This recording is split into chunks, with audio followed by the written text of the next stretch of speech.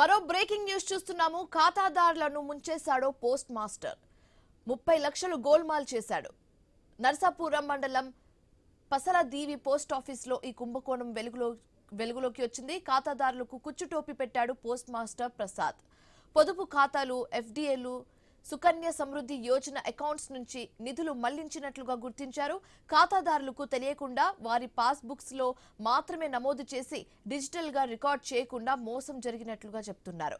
మోసం గురించి తెలుసుకొని పోస్ట్ ఆఫీస్ ఖాతాదారులు కన్నీరు మున్నీరుగా విలపిస్తున్నారు. పసలదీవి పోస్ట్ ఆఫీస్ వద్ద ధర్నాకు దిగారు.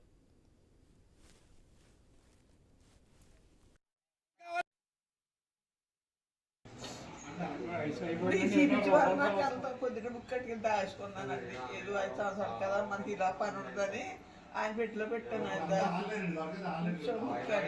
అడిగితే దాకా తీసి ఏమి లేవు, ఇందులో తీసేసుకున్నాడు. 50,000 చట్టం కట్టించారు. బ్యాంకులో 5 సంవత్సరాలకి ఎర్రని తీసుకున్నారు. 5 సంవత్సరాలకి ఎర్ర నాకు తెలిసినట్టు ఇప్పుడు నిన్న బుక్ అడిగితే ఇచ్చాను. పొద్దున తీసి 35,000 ఇంకో బుక్ వేసి తీసి బుక్ ఒకటి ఉంది నాది. ఆ బుక్ లేదు. ఖాతాదారులను ముంచేశాడు పోస్ట్ మాస్టర్. 30 లక్షలు గోల్మాల్ చేశాడు. ఇదే అంశానికి సంబంధించి మరింత తాజా సమాచారం మా కరెస్పాండెంట్ భార్గవ్ ఫోన్ ద్వారా అందిస్తారు. భార్గవ్,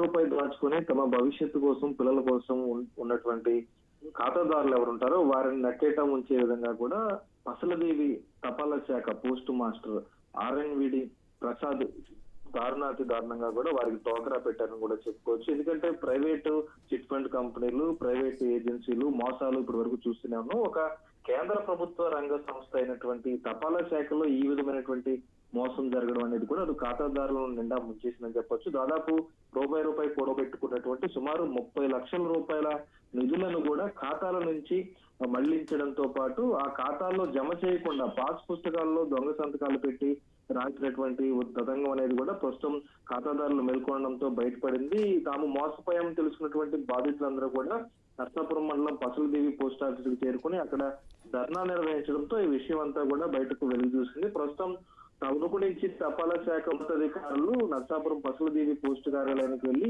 ఎవరైతే మోసానికి పాల్పడ్డారనేటువంటి ఆరోపణలు ఎదుర్కొంటున్నారో పోస్ట్ మాస్టర్ ప్రసాద్ ను కూడా అదుపులోకి తీసుకుని అతని వద్ద ఉన్నటువంటి ఖాతాదారుల పుస్తకాలన్నీ కూడా తీసుకుని అతనిపై విచారణ ప్రారంభించారు. అయితే అటు కేంద్ర ప్రభుత్వం ప్రవేశపెట్టేటువంటి ఏదైతే పొదుపు ఖాతాలు గాని, ఫిక్స్డ్ డిపాజిట్లు గాని, సుకన్య సమృద్ధి యోజన పథకానికి సంబంధించి ఖాతాదారులు జమ చేసినటువంటి నిధులు ఏవైతే ఉంటాయో ఆ నిధుల రూపంలో దాదాపు గ్రామంలో ఉన్నటువంటి అందరి నుంచి కూడా ఈ 30 లక్షల రూపాయల మేర నిధులు కూడా పక్కదారి పట్టించినట్లయితే ప్రాథమికంగా ఆరోపణలు అయితే వినిపిస్తున్నాయి. దీని మీద పూర్తి రికార్డులు పరిశీలించిన తర్వాత అతను తప్పు చేస్తే కనుక ఖచ్చితంగా చర్యలు తీసుకుంటామనేది కూడా పోస్ట్ ఆఫీస్ ఉన్నతాధికారులు తెలియజేస్తున్నారు. పోలీసులకు కూడా బాధితులు ఫిర్యాదు ఇవ్వడంతో ప్రస్తుతం పోలీసులు కూడా రంగంలోకి దిగి విచారణ అయితే చేపడుతున్నారు. ఎవరైనా ఈ విధమైనటువంటి పోస్ట్ కార్యాలయంలో ఉన్నటువంటి ఎంట్రీలలో కేవలం పాస్బుక్ లో చేతి రాత మాత్రమే కాకుండా డిజిటల్ గా కూడా అది నమోదైందో లేదో గమనించాలి అనేది కూడా పోస్ట్ ఆఫీస్ ఉన్నతాధికారులు ప్రస్తుతం అయితే సూచనలు ఇస్తూ ఇండియా పోస్ట్ గ్రీవెన్స్ పోర్టల్ ద్వారా కూడా